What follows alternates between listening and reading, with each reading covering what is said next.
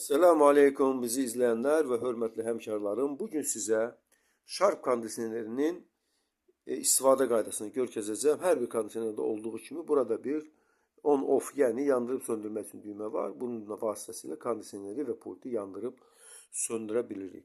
Kondisionerdə temperaturu qaldırmaq üçün bu düymədən, aşağı salmaq üçün isə bu düymədən istifadə edilir.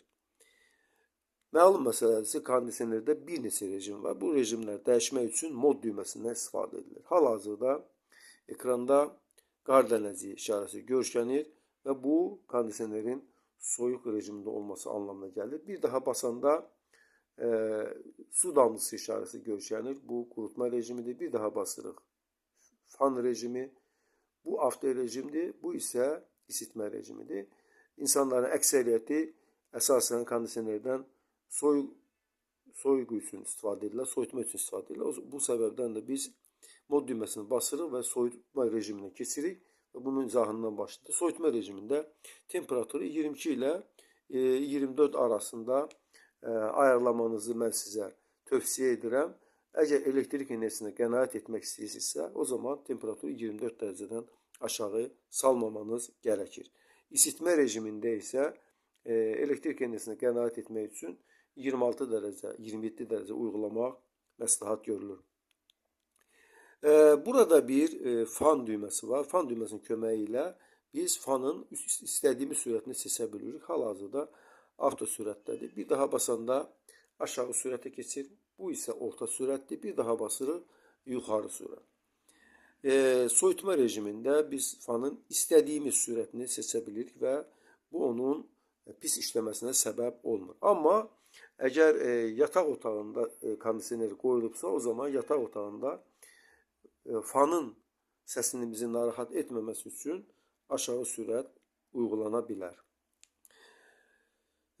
Bundan başqa daha hansı düymələr var? Burada bir one hour düyməsi var. Bu basıldıqda ekranda 1 saat görkənir. Bu demək ki, kondisioner pult işləyə vəziyyətdə olanda, yəni 1 saatdan sonra kondisionerimiz söndürüləcəkdir. Cancel basıb buradan çıxırıq. İndi isə pultu söndürürük. Yenə də eyni düyməni basırıq. Bu isə o deməkdir ki, kondisioner 1 saatdan sonra yenidən işə salınacaqdır. Cancel basıb oradan çıxırıq. Hörmətli tamaşaçılar, burada başqa düymələr də var. Məsələn, swing düyməsi var. Swing düyməsini biz basdıqda kondisionerin jalüzlərini yuxarı aşağı hərəkət etdirə bilirik və yaxud hər hansı bir vəziyyətdə dayandıra bilirik. Display düyməsi basıldıqda kondisionerin üzərində olan displeyin üzərində olan işıq sönür və yaxud yandırılır. Burada bir ion düyməsi var. Biz o düyməni basırıq və nə görürük? Burada ion sözü yazılıb və müsbət və mənfi işarələr görülür. O deməkdir ki, kondisioner həm müsbət, həm də mənfi ionlar buraxacaqdır. Bir daha basdıqda isə kondisioner yalnız mənfi ionlar buraxacaq, yəni negativ ionlar buraxacaq. Bir daha basdıqda isə həmən rejimdən çıxmış olur. İndi isə biz deməli kondisionerin digər rejimlərindən danışaq. Mod düyməsini basırıq və qurutma moduna keçirik. Qurutma modunda kondisioner evdə olan nəmin azaldılmasına xidmət edir. Bir daha basırıq. Burada bir fan işarəsi gəlir.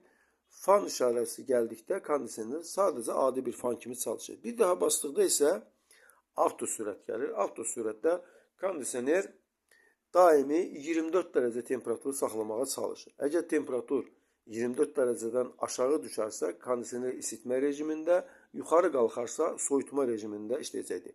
Bəs bu rejimi dəyişmək olurmu? Bəli, temperaturu dəyişmək üçün, məsələn, bu düyməni basanda 24 dərəcə 25 dərəcə olur. Və yaxud bir daha bassa 26 dərəcə olur. Yəni kiməsə 24 dərəcə uyğun olmadıqda bunların köməyini edə bilər. Və yaxud kimsə 24 deyil, 23 dərəcə istəyirsə, o zaman aşağı edir və burada deməli 23 dərəcə uyğulanır və yaxud 22 dərəcə uyğulanır.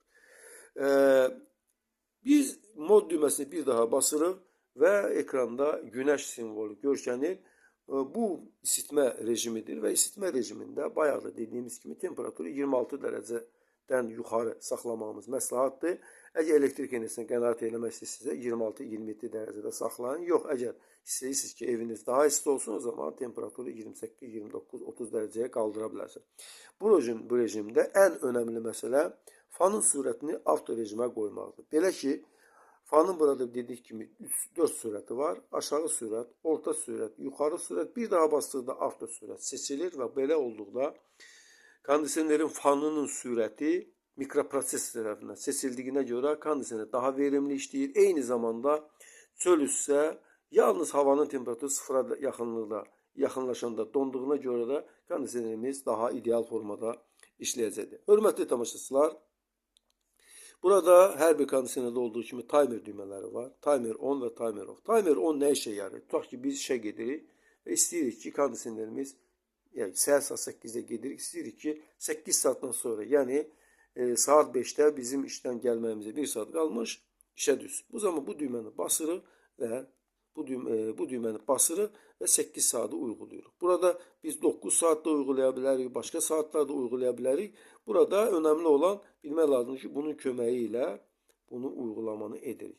Bundan sonra əlimizi çəkirik. İndi bizim kondisionerimiz 8 saatdan sonra işə düşəcək. Bunu hətta söndürsək belə 8 saatdan sonra işə düşəcəkdir. Və yaxud kondisionerimizin deyək ki 4 saatdan sonra söndürülməsini istəyiriksə, o zaman bu düyməni basırıq və burada 4'ü ayarlayırıq. Bununla da kondisionerimiz 4 saatdan sonra söndürüləcək. Bu nə vaxt olur? Məsələn, səhər saat neçədəsiz, gecə saat 12-də istəyirik ki, səhər saat 4'ə yaxın kondisionerimiz sönsün. O zaman burada 4 uygulaya bilirik, 5 uygulaya bilirik və istədiyimiz şeyi uygulaya bilirik. Timer rejimindən çıxmaq üçün cancel düyməsinə basmamız yetərlidir. Yenidən bu düyməni basırıq və kondisionerimiz yenidən ekranı yanır.